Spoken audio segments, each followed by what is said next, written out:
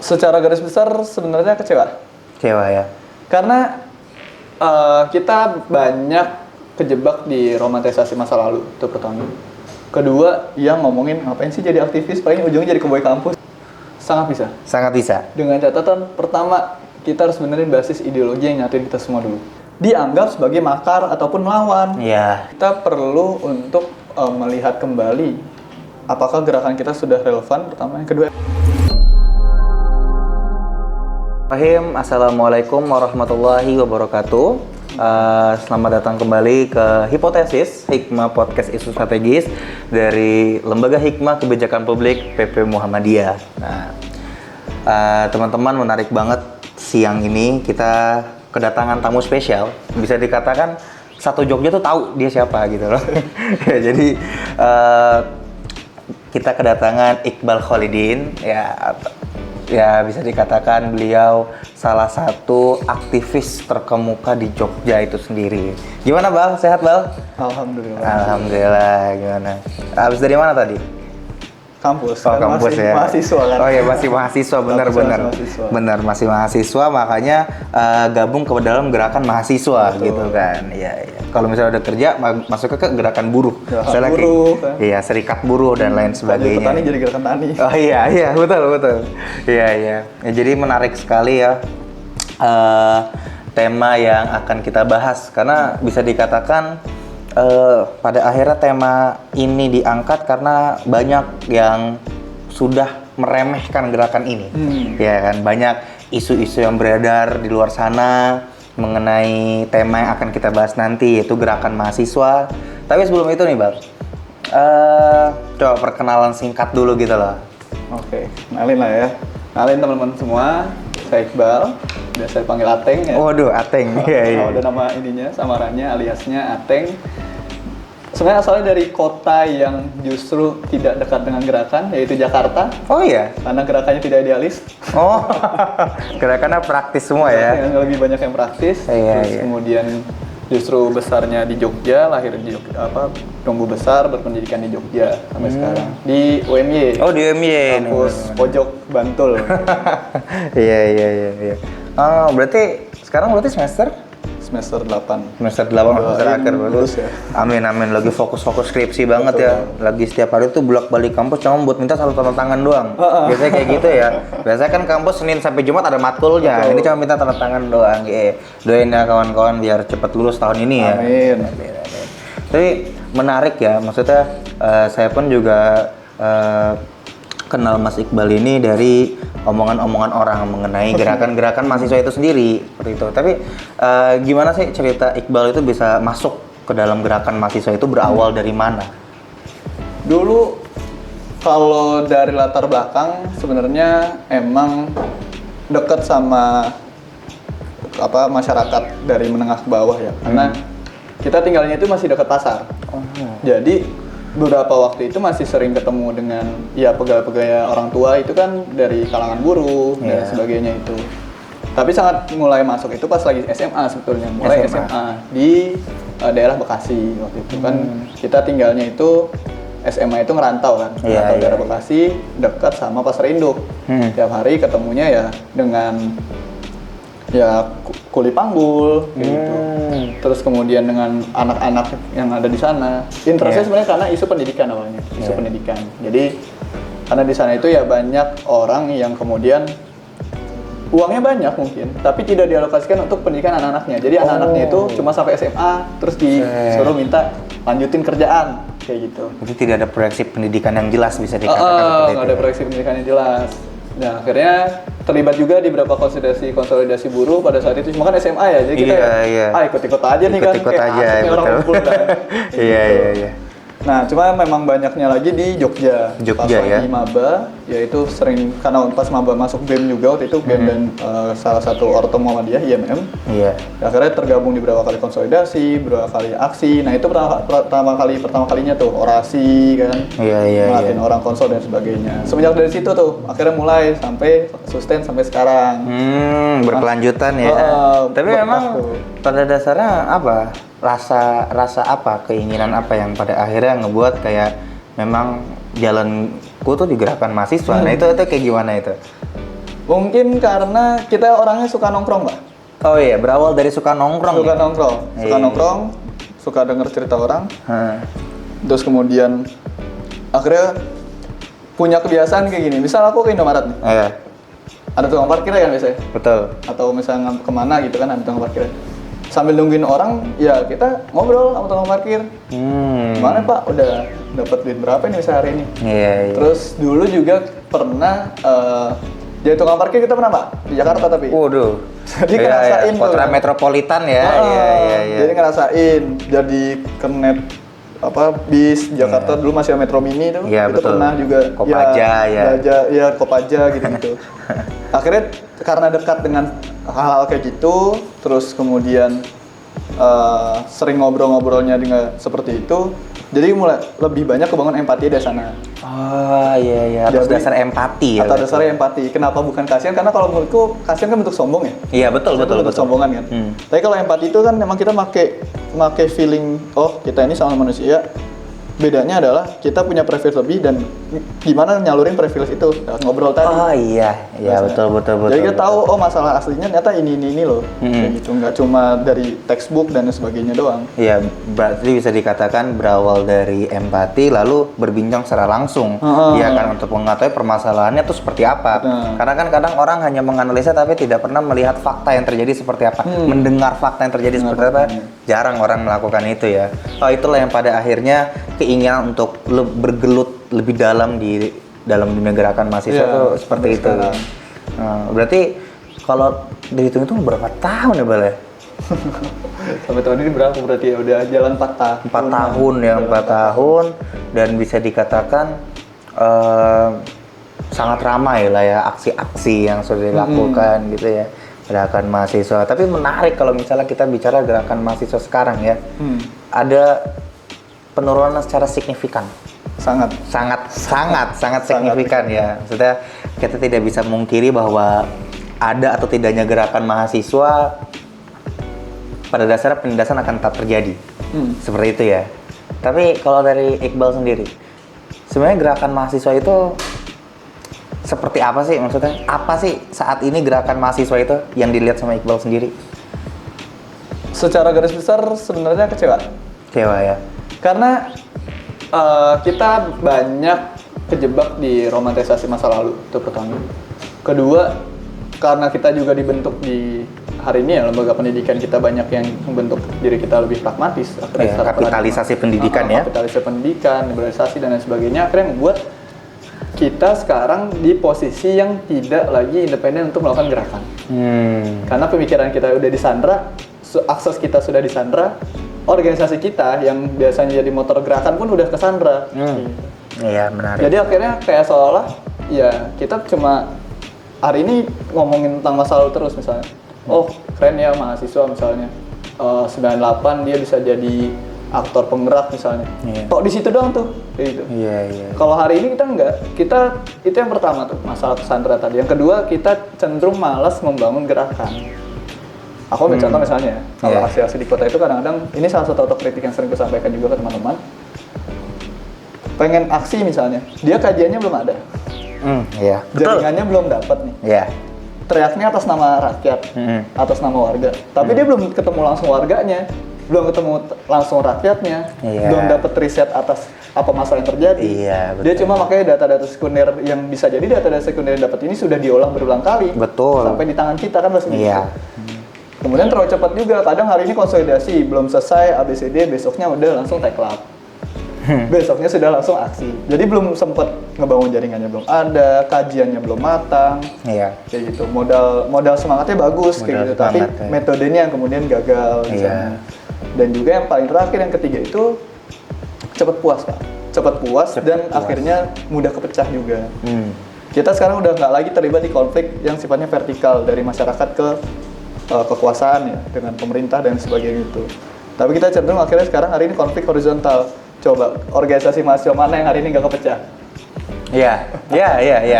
Bahkan yang udah dibangun lama pun pada akhirnya akan terpecah di saat ini ya. Iya, betul ya. Berarti kan bisa dikatakan kayak gini ya.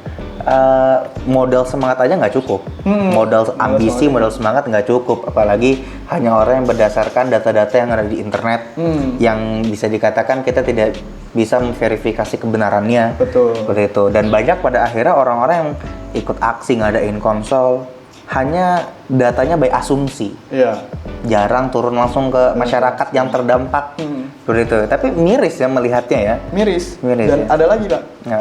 Mirisnya tadi ada tuh satu tampolan lagi tuh ya. Apa? Bahasa Jakarta ini tampolan. Tampolan lagi itu dari mana? Dari sekarang banyak influencer yang ngomongin ngapain sih jadi aktivis, paling ujungnya jadi keboy kampus. Iya. Itu banyak banget tuh kalau menjelang ospek tuh ya. Pasti tuh orang-orang tuh bikin video tentang itu terus tuh. Kayak tentang senioritas dan sebagainya. Betul, Aku nggak bilang kalau misalnya emang itu nggak ada. Itu ada memang. Itu ada, iya. Tapi itu nggak di semuanya kok. Masih ada beberapa yang masih oke lah, masih capable. Dan yang masih banyak juga. Banyak juga kayak gitu aktivis yang memang dia tidak mengincar hal tersebut, tidak mengincar gue perlu dihormatin, enggak gitu. Masih ada juga kok yang masih benar, yang masih lurus. Cuma memang akhirnya kalah sama yang nggak benar nih. Iya. Dijadiin konten. Nah itu makin akhirnya sekarang orang nggak mau ikut untuk demo. Ngapain lah demo? Iya. Ngapain lah kita ngedalamin misalnya dunia pergerakan, toh nanti paling jadi senior cowboy kampus. Iya, betul. Bahkan kadang kalau seandainya kalau misalnya suka dilihat di sosmed, di TikTok, kadang kalau ada aksi terus ada orang yang orasi gitu, minimal kerjain skripsi deh. Nah ya, kadang kayak gitu ya. Ya, dan itu juga yang pada akhirnya orang masyarakat yang ingin masuk kuliah pada akhirnya ketika melihat komen tersebut jadi berpengaruh psikologisnya ya untuk tidak mengikuti aksi tersebut pada akhirnya. Iya. Tapi kalau dari Iqbal lihat sendiri, di Jogja kita bisa anggap pusat gerakan lah, pusat gerakan mahasiswa karena ya kalau sejarahnya 98 itu kan Jogja juga bisa dikatakan diperhitungkan juga gerakan ya kan sampai saat ini. Dan ada namanya ARB, Aliansi Rakyat Bergerak, Arus, Aliansi Rakyat untuk Demokrasi, dan lain sebagainya, dan Gejayan Memanggil yang bisa dikatakan cukup terkenal atau bisa dikatakan itu pelop apa setahu Iqbal, Gejayan Memanggil ini? Sebenarnya Gejayan Memanggil itu secara kalau Gejayanya ya, Gejayanya punya sejarah panjang. Ya kita paling pendek itu kita lihat di 98 kan.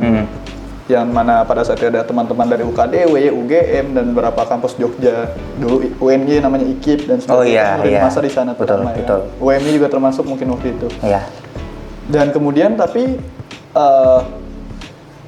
setelah pasca 98 itu mulai nggak terlalu kedengaran lagi, ya. Aksi-aksi paling nggak terlalu besar sampai akhirnya 2019 kemarin. 2019 ya. Jadi Gejayan Memanggil itu hashtag sebenarnya kan. Hashtag Gejayan Memanggil nih. Oh, yang trending di media sosial pada saat itu. Di Twitter dan sebagainya itu kan ramai tuh. Gejayan Memanggil karena dia punya rentetan historis. Mungkin kalau orang awam melihatnya ngapain sih kita aksi di pertigaan? Iya. Di depan betul, banner kan? Iya, banner kampus lagi ya kan. Kampus sekarang jadi salah satu merek minuman kan? Iya. Bannernya. Cuma ya karena di sana punya benang merah historisnya. Benang merah historis, itu bentuk spiritnya bahasa gitu. Dan karena di Jogja ini tempat pilihan aksi sedikit, Pak. Tempat apa? Tempat untuk dijadikan pilihan untuk aksi ya, lokasi aksi itu sedikit. Sedikit ya? Paling kalau nggak di pertigaan Gejayan, kita di pertigaan UIN. Iya. Kalau nggak pertigaan UIN, 0 km. 0 km. Iya, Tunggu. 0 km. Iya. Atau di depan kantor DPR. Cuma kan di kantor DPR sempat nggak boleh tuh. Iya, betul. Pas kemarin ada pergub itu kan, tentang larangan di dekat tempat wisata dan sebagainya. Jadi akhirnya Gejayan ini masih sangat-sangat relevan dan sampai sekarang tuh ya teman-teman yang mau aksi akhirnya ada bentuk kolektif. Sebenarnya Gejayan itu bukan organisasi, bukan kelompok dan sebagainya, tapi dia adalah bentuk kolektif. Teman-teman yang mau, ayo kita lepas warna-warna kita, ayo kita lepas kepentingan yang sifatnya partisan dari kita turun ke dalam, kita melepas itu semua yang ngomongin cuma keadilan, demokrasi, dan gimana caranya kesejahteraan itu kita suarain. Sebenarnya kan itu tuh semangatnya Gejayan sampai sekarang. Meskipun namanya berubah-ubah lah, kayak kemarin yang terakhir namanya Dedi Jagat gitu. Iya, itu apa? Itu perubahan itu pada akhirnya apakah ada fenomena tertentu kah atau memang seperti apa? Sebenarnya lebih ke bentuk konsensus pas konsol aja sih. Konsensus pas konsol ya. Konsensus pas konsol. Kayak ngeliat fenomena ini seperti ini dan mungkin kayak misalnya di aksi sebelumnya yang pakai nama Aliansi A misalnya. tapi kemudian itu ada beberapa yang nggak ikut, akhirnya bikin lagi. Sebenarnya sih orang-orangnya sama-sama aja. Orang-sama yang ikut aksi itu juga. Ikut aksi itu juga. Tapi kan sebenarnya kita melihat aksi itu bagaimana caranya kita mobilisasi massa. Betul. Terkadang nama itu semakin besar, semakin gampang untuk dimobilisasinya. Salah satunya Gejayan Memanggil, kan seperti itu. Tapi yang menarik adalah mengenai Gejayan Memanggil ini, apakah Gejayan Memanggil pada akhirnya hanya sebuah momentum reaksionis atau ada hakikat politik yang bisa mengubah perubahan gerakan sosial ke depannya? Kalau misalnya kita lihat dari fenomenanya, apa yang terjadi sekarang mungkin terkesannya akhirnya sifatnya reaksioner. Ya, betul. Karena dia akhirnya terlihat hanya aksi di momen tertentu dan sebagainya. Tapi kurasa ketika memang itu sifatnya aliansi yang sifatnya taktis, seperti Gejayan seperti itu, sangat-sangat wajar sebetulnya. Karena pada akhirnya kalau misalkan di sana nanti bentuknya tidak seperti itu, akan perlu ada bentuk keorganisasian yang lebih baku. Yang lebih baku itu kayak gimana itu? Yang lebih baku sudah ada strukturnya. Oh dan iya. gitu. Tapi kalau ini enggak, kita kan kayak sifatnya momentum lah. Divisi-divisinya kan momentum. Ya, setelah betul. selesai baru pisah lagi. Iya. Nah, akhirnya itu mulai dirombak lah. Makin sekarang teman-teman mungkin sudah mulai sadar, oh bahwa kita punya tugas selain daripada ngesoundingin something, tapi juga punya tugas untuk ngorganisir di masyarakat juga. Nah, akhirnya sekarang lebih strategis sih, Pak. Lebih strategis ya. Jadi kalau sebelumnya itu tugas ini lebih banyak, oh ya sudah, kalau misalnya teman-teman organisasi atau kelompok mana yang ada di Jogja yang masih punya semangat yang sama, silakan datang. Kalau itu kan sebelumnya tuh. Kalau sekarang akhirnya kita ada kesepakatan dari konsensus di gerakan itu, nanti kita menghimbau dan mendorong teman organisasi yang terlibat di dalamnya untuk punya tindakan yang serupa di organisasi masing-masing atau di basis massa masing-masing. Berarti ada penyebaran yang terjadi ya, penyebaran isu yang terjadi ya untuk ke masing-masing organisasi untuk masing-masing tersebut. itu yang masih selaras, sehingga nanti itu lebih strategis kan sifatnya. Iya, betul. Entah mereka nanti untuk diminta jadi ada pendidikan politik bagi basis massa masing-masing, ada bentuk riset kolektif yang kemudian dijadikan landasan bagi organisasi masing-masing untuk kajian juga gitu. Jadi dengan tanpa untuk menyingkirkan kegiatan-kegiatan organisasi masing-masing, tapi ada kerjaan tambahan lah. Ada kerjaan tambahan. Ya. Tapi menarik ya, karena terbentuknya gerakan mahasiswa atau pada akhirnya terbentuknya aliansi-aliansi tersebut, kita tidak bisa menafikan bahwa itu terjadi berkat keresahan bersama, ya kan? Yang kalau kata Terry Emil itu solidaritas itu kan. Nah, yang pada akhirnya apakah pada akhirnya gerakan mahasiswa ini perlu direlevansikan atau memang gerakan mahasiswa itu udah pasti turun ke jalan? Kalau hari ini memang perlu untuk direlevansikan, cuma memang bukan pada titik perdebatan antara aktivisme digital ataupun aktivisme konservatif. Oh iya. Kan sekarang justru ya beberapa waktu belakang lah, orang lebih banyak berdebat, oh hari ini adalah zaman digital, maka kerjaan kita ada aktivisme digital aja. Iya. Bahasa gitu. Kalau menurut saya sendiri sebenarnya, kalau hari ini sebetulnya aksi itu tetap harus ada, aksi turun ke jalan, karena itu kan bentuk tekanan politik. Iya, betul. Bentuk tekanan politik yang lebih masif dan lebih terlihat. Gitu. Nah, sementara itu butuh bahan bakarnya. Bahan bakarnya apa? Akhirnya bahan bakarnya ada aktivisme digital ini. Bentuknya propaganda, ya, terus kemudian bikin poster, edukasi publik yang secara daring, online dan lain sebagainya, itu tetap perlu ada sampai nanti mencapai titik kulminasi tuh, titik final tuh, titik meledaknya kan, meledaknya baru kita turun ke jalan aksi. Ya kayak aksi yang terakhir, kenapa mungkin ramai karena kemudian itu sudah dibakar sebelum-sebelumnya. Iya, sudah dipancing sudah bahasanya. Dipancing sebelum-sebelumnya kan. Ada video, ada foto, ada kemudian propaganda tiap hari yang masif kayak gitu. Terlebih di posisi ketika kalau misalnya tahun politik adalah masa masyarakat lagi melek-melek terhadap politik. Iya. Ya akhirnya itu berjalan bergulir sampai di titik orang-orang akhirnya sadar kapan nih kita turun ke jalannya. Nah, itu titiknya tuh. Baru itu turun ke jalan sebagai titik kulminasi, entah nanti bentuknya soft, entah itu hard ya, chaos atau dan sebagainya, itu kan nanti bentuk kesepakatan lanjutan di konsol. Tapi kan pada akhirnya ketika misalnya gerakan mahasiswa emang sepakat perlu direlevansikan, tapi apakah gerakan mahasiswa yang turun ke jalan atau aksi di jalan itu bisa menjadi alat yang bahasanya bargaining power itu sendiri dalam contoh kita melihat bagaimana aksi aktivis mahasiswa 98 itu mampu menurunkan presiden. Apakah di gerakan mahasiswa saat ini dengan turun ke jalan itu bisa juga melakukan hal yang serupa? Sangat bisa. Sangat bisa. Dengan catatan pertama, kita harus benerin basis ideologi yang nyatuin kita semua dulu. Kenapa itu penting? Karena kalau misalnya ideologi ini kan, kalau misalnya dari zamannya Plato sampai zamannya Karl Marx, misalnya dia kan bilang itu sebagai cultural belief. Iya. Kepercayaan kultural yang emang dipercaya semua orang kan. Nah, pertanyaannya adalah gerakan kita sudah punya belum kepercayaan ini? Apakah kita malah ke bawah hanyut sama ideologi masing-masing organisasi atau enggak kayak gitu? Padahal kita punya ideologi yang sebenarnya bisa nyatuin kita semua. Apa itu? Pancasila. Iya, betul, Kan? betul. Kalau paling rinci misalnya kita bisa ambil daripada 1 sampai 4 misalnya. Kita bisa ngomongin tentang 05. Apa itu? Sila kelima, keadilan sosial bagi seluruh masyarakat Indonesia. Itu kan jadi tujuan tuh. Itu yang nanti jadi kacamata kita untuk melihat apakah hari ini kita sudah mendapatkan keadilan itu atau belum prosesnya. Setelah ideologi, baru kita ngomongin masalah pendidikan politik kita. Ini yang sering dan sekarang itu gagal banget kayak gitu. Pendidikan politik kita akhirnya orang-orang cuma diajarin gimana cara manajemen aksi, tapi bukan manajemen advokasi secara umum. Iya, betul. Iya. Terus kemudian kebiasaan-kebiasaan kita untuk membaca buku, entah bukan buku lah, literasi politik kita itu ditingkatkan bahasanya. Itu kan belum. Jadi setelah basis ideologi kita dimasifkan, kemudian kita punya literasi politik, peningkatan literasi politik dan pendidikan politik. Kemudian baru kita ngomongin tentang menahan ego masing-masingnya. Menahan ego masing-masing itu kayaknya poin yang paling penting ya. Poin yang paling penting itu sendiri. Karena kan kalau misalnya orang udah pinter nih misalnya, biasanya egonya suka nggak kekontrol kan. Iya, betul. Gitu. Makanya itu yang akhirnya di titik itu akan diuji di mana? Di konsolidasinya. Iya. Biasanya seperti itu. Gimana mampu nggak dia menahan egonya itu ketika di konsolidasi tersebut ya? Betul, nahan kepentingannya. Gitu. Berarti kan bisa dibilang, misalnya contoh, kita ambil contoh Gejayan Memanggil ini. Gejayan Memanggil ini kan berdasarkan dari kolektif ya, keresahan kolektif bersama, seperti itu. Tapi yang menarik, mungkin ini mengenai identitas ya. Kenapa sih Gejayan Memanggil itu selalu mempraktekkan identitas dengan warna hitam? Karena kan bisa dikatakan bukan memakai alma mater, padahal kan isinya ini mahasiswa-mahasiswa semua. Kenapa bukan alma mater seperti itu? Sebenarnya kalau faktornya banyak sih mas. Kalau misalnya dari secara psikologis misalnya, warna hitam itu punya artinya sendiri. Artinya sendiri. Dia itu bisa lebih bentuknya intimidatif. Maksudnya akhirnya efek daripada tekanan politiknya lebih kerasa. Gitu. Kemudian untuk terkait tidak terlihat eksklusif. Gitu.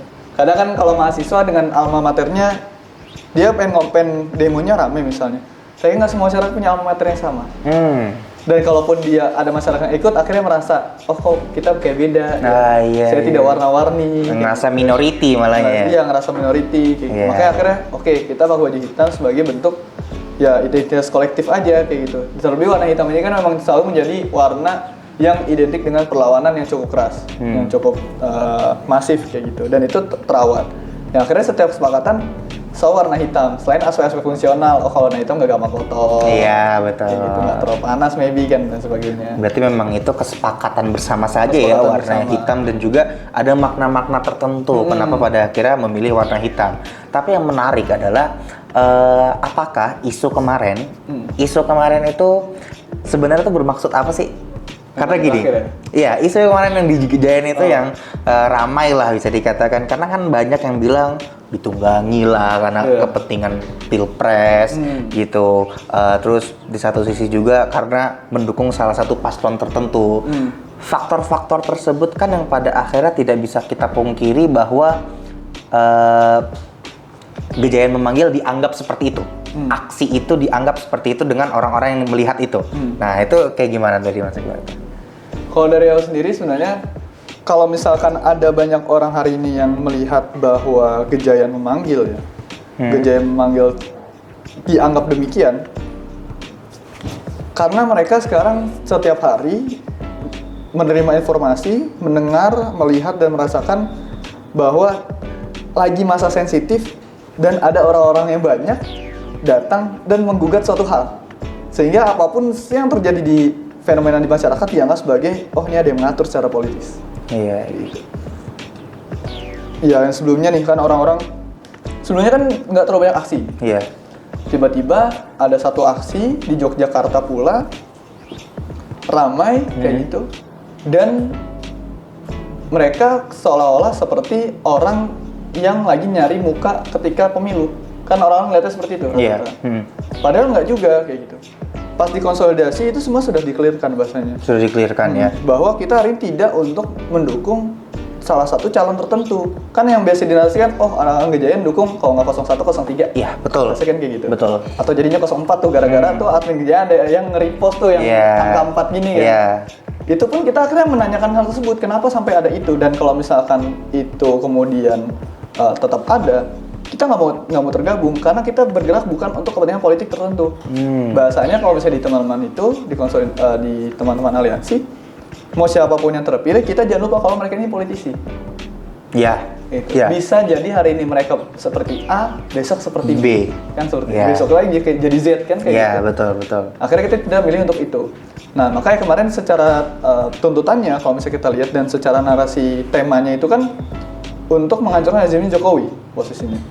Kenapa kemudian teman menyorain itu? Karena melihat bahwa oh selama 2 periode Jokowi ini yang pertama kali Pak Presiden kita ini menjadi seorang presiden itu kan dianggap sebagai penyelamat, Iya. ratu adil, Iya. orang yang bijaksana memang. Satria Piningit lah. Iya, Satria Piningit, terus kemudian berangkat dari masyarakat. Gitu. Betul. Tapi ini selama keberjalanan beliau ini, ya ada beberapa hal yang memang perlu untuk dikritisi.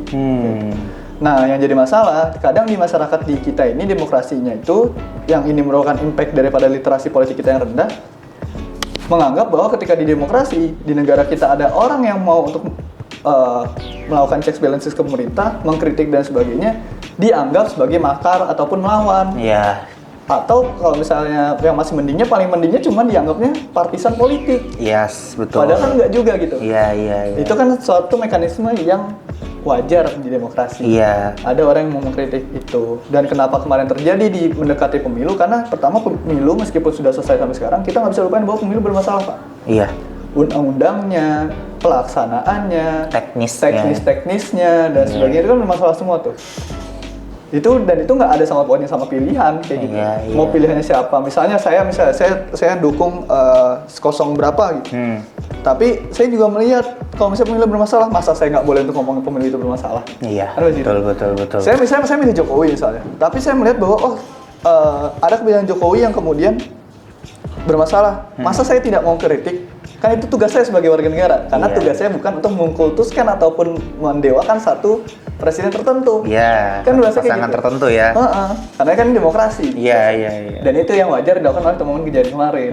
Secara logiknya seperti itu. Mereka ingin tetap di stance, kita tetap perlu mengkritik. Gitu. Pak Jokowi ini sudah pengen selesai, iya. Tapi kan namanya pemerintahan di Indonesia itu selalu berlanjut ya. Betul. Masih ada beberapa program yang akan diwariskan karena kita pakai skema yang jangka panjang. Iya.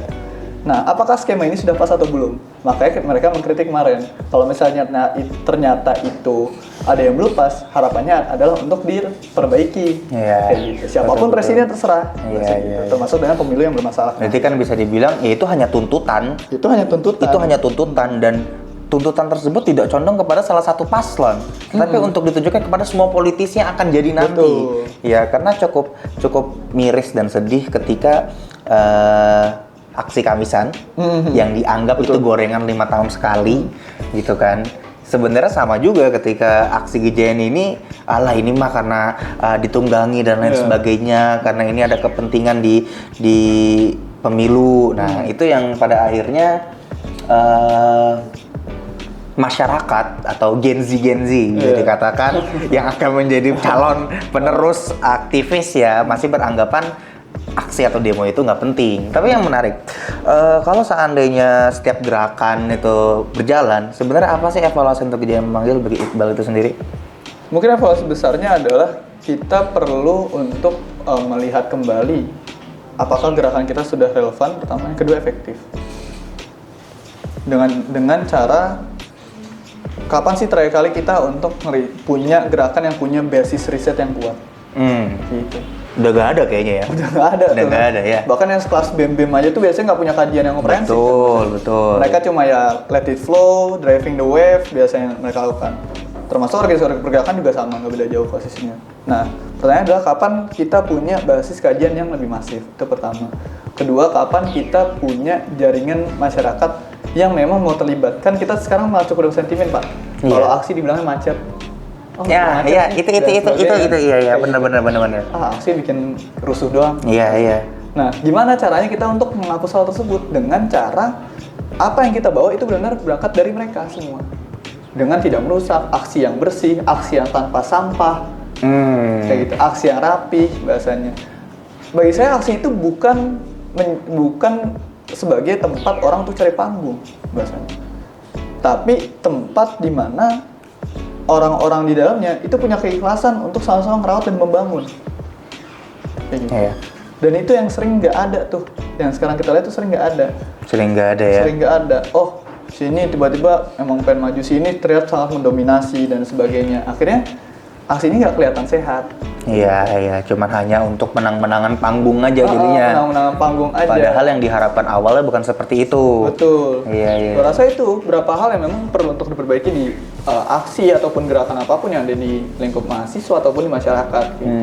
Kapan kita punya semangat kolektifnya? Kalau misalnya masih ada hal-hal yang sifatnya perintilan tadi belum selesai. Iya. Tapi apakah oke gini, kita harus aksi yang sehat kayak tadi, jaga sampah, jaga lingkungan dan lain sebagainya. Tapi dengan bisa dikatakan realitas yang terjadi, sulit untuk membangun hal itu kan? Betul. Sulit kan membangun hal itu, sulit untuk bisa bagaimana aksi yang sehat, tidak adu-aduan panggung dan lain sebagainya. Itu aksi yang itu proses yang cukup sulit. Tapi apa sih langkah-langkah kecil yang seandainya bisa dilakukan untuk apa tujuannya? Tiap-tiap komunitas yang memang fokus pada pemberdayaan masyarakat atau yang memang fokus terhadap gerakan itu seperti apa? Langkah-langkah kecil itu seperti apa? Langkah kecilnya pertama merapikan siapa aja yang tergabung di dalam aksi ataupun aliansi tersebut. Itu yang perlu ada track record. Oke, siapa yang masuk sini kita perlu lihat dulu track recordnya kayak gimana deh sama. Iya. Karena kadang ya karena sifatnya cair ya, akhirnya orang yang di dalam pun nggak terlalu bisa di track record tadi kayak gitu. Jadi kayak ngasal-ngasal aja. Iya, betul. Itu yang pertama. Kedua, kayaknya perlu deh kelompok-kelompok aliansi ini apalagi yang sudah cukup mapan seperti Gejayan, mereka punya basis pendidikan politik ataupun peningkatan literasi politiknya sendiri. Gitu. Iya. Terus yang ketiga, gimana caranya mereka itu biar sadar, punya kesadaran kayak tadi untuk lebih bersih ketika aksi dan sebagainya. Kan di sana biasanya ada struktur aksinya tuh, perangkat aksinya. Betul. Orang-orang itu harusnya mencontohkan. Sebelum masa aksi, nggak mungkin dibawa mereka cuma nyuruh pakai toa, tapi mereka nggak gerak. Kan contoh paling terbaik itu dengan tindakan. Iya, betul. Nabi aja kan lebih banyak lakuin dulu, baru ngomong kan seperti itu. Oke. Maka ya, gimana cara mereka ini paling minimal kalau dari koordinator umum, koordinator lapangan, humas dan sebagainya itu sebelum selesai aksi, ayo nih kita kelilingan. Jangan cuma ngeliling kotak dana kayak gitu, tapi kelilingin juga karung untuk kita buang sampah di sana, trash bag dan sebagainya. Selain di samping itu adalah secara komunikasi mereka masif dan yang terakhir base daripada tipikal aksinya atau metodenya. Metode aksi kita mungkin masih banyak pakai cara-cara lama. Kita sekedar orasi buat pulang. Nah, iya betul. Padahal sekarang banyak banget yang bisa dilakukan kayak bentuk teatrikal, mimbar bebas, atau kemudian bentuknya kayak aksi-aksi yang keren itu biasanya di luar negeri tuh, kayak yang di Hong Kong waktu itu keren itu. Aksi-aksi yang rapi dan lain sebagainya. Aksi-aksi yang nggak cuma sekadar datang rame-rame kita orasi, yang mana orasi ini nggak bisa semua orang di sana. Tapi semua orang di sana bisa nyampein aspirasinya, entah mereka harus effort lebih dan sebagainya. Makanya harusnya ada gimana cara orang-orang itu untuk sama-sama merawat dan sama-sama membangun. Sama-sama merawat dan sama-sama membangun. Iya. Merawat barisan dan merawat tindakan. Iya. Wah, menarik ya. Menarik pembicara mengenai gerakan mahasiswa ini seperti apa. Karena bisa dikatakan mungkin bagi sebagian orang yang bergelut dalam dunia tersebut merasakan keresahan yang sama mengenai turunnya yang secara signifikan gerakan mahasiswa tersebut, yang bahkan mereka itu pada akhirnya tidak mengikut gerakan karena melihat sosial media mereka. Betul. Seperti itu, dan komen-komen yang ada itu yang pada akhirnya orang ogah lagi ikut gerakan mahasiswa itu sendiri. Mungkin sebelum tutup mungkin ada pesan yang pengen disampaikan untuk Gen-Z ya. Paling sedikit lah ya. Yang satu hal, rasa emang hari ini kita masih sering kepecah di gerakan, kita masih sering kepecah di antar masyarakat, kita masih sering kepecah di dalam organisasi-organisasi kita, dan kita masih mudah untuk, karena kepecah tadi, mudah untuk terbawa arus informasi yang sedemikian liarnya gitu. Cuma saya kira hari ini kita perlu nentuin lagi ambang batas atau garis start kita mulai dari mana. Dari cara pandang kita dulu deh. Aku dari awal masa-masa kemarin, karena ini tahun politik ya, dari awal masa politik kemarin, tentu aku pasti punya pilihan politik. Kayak gitu. Tapi entah dari pilihan politik itu semua, menurutku tugas utama kita sih, karena kita masalah sipil biasa, bahasanya masyarakat biasa, tugas kita lagi-lagi bukan untuk mengkultuskan satu orang sampai dua orang tertentu. Betul. Karena absolute power akan membentuk absolute korup. Gitu. Ya, orang-orang itu perlu kita jaga kayak gitu, supaya kita nggak mencapai seperti apa yang dikatakan dalam buku How Democracy Dies. Gitu. Kita nggak mencapai di posisi ketika para akademisi, para anak muda, para pejabat politik dan lain sebagainya itu, mereka justru yang melanggengkan itu semua terjadi. Ini di titik kita pasca pemilu, ya pemilunya sudah selesai, tapi masalah negara kita semuanya belum selesai, kayak gitu. Dan emang nggak mungkin oleh si presiden A atau B aja yang bisa nyelesain itu. Perlu ada ribuan tangan yang saling rangkul, ribuan tangan yang saling menjaga satu sama lain. Nah, ini momen kita buat lebih melek kalau misalkan hari ini keadaan sosial kita belum tercapai. Melek kalau misalnya hari ini masalah-masalah kita belum selesai. Dengan cara apa? Perkuat literasinya, perkuat pendidikannya, perkuat solidaritasnya dengan tidak meninggikan ego antar satu sama lain. Kalau misalnya kata abang-abang kita, kata ayah-anda kita, perlu menjaga situasi yang adem. Iya, situasinya adem memang. Tapi situasi yang adem bukan berarti langkah kritis kita juga adem.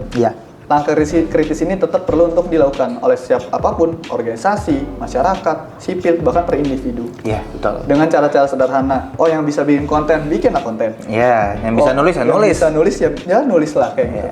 Yang bisa punya tongkrongan, obrolin di tongkrongannya. Betul. Yang suka gosip ibu-ibu, gosipin di kelompok ibu-ibu. Itu cara-cara yang bisa kita lakukan untuk meningkatkan kesadaran masyarakat.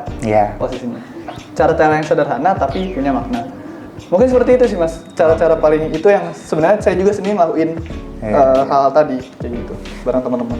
Jadi itu ya kawan-kawan, gerakan mahasiswa itu bukan hanya gerakan yang tahunan, titipan, tunggangan, enggak, tapi dari hal sebelum terjadinya gerakan mahasiswa sampai kegiatan itu terlaksana, ada makna yang terjadi dalam setiap langkah gerakannya. Jadi mungkin itu aja. Terima kasih banyak Mas Iqbal sudah datang ke kantor LHKP. Mungkin besok-besok bisalah jadi narasumber lagi ya untuk podcast kita di episode selanjutnya. Terima kasih. Jangan lupa like, comment, dan subscribe di channel LHKP PP Muhammadiyah. Cukup sekian. Wassalamualaikum warahmatullahi wabarakatuh.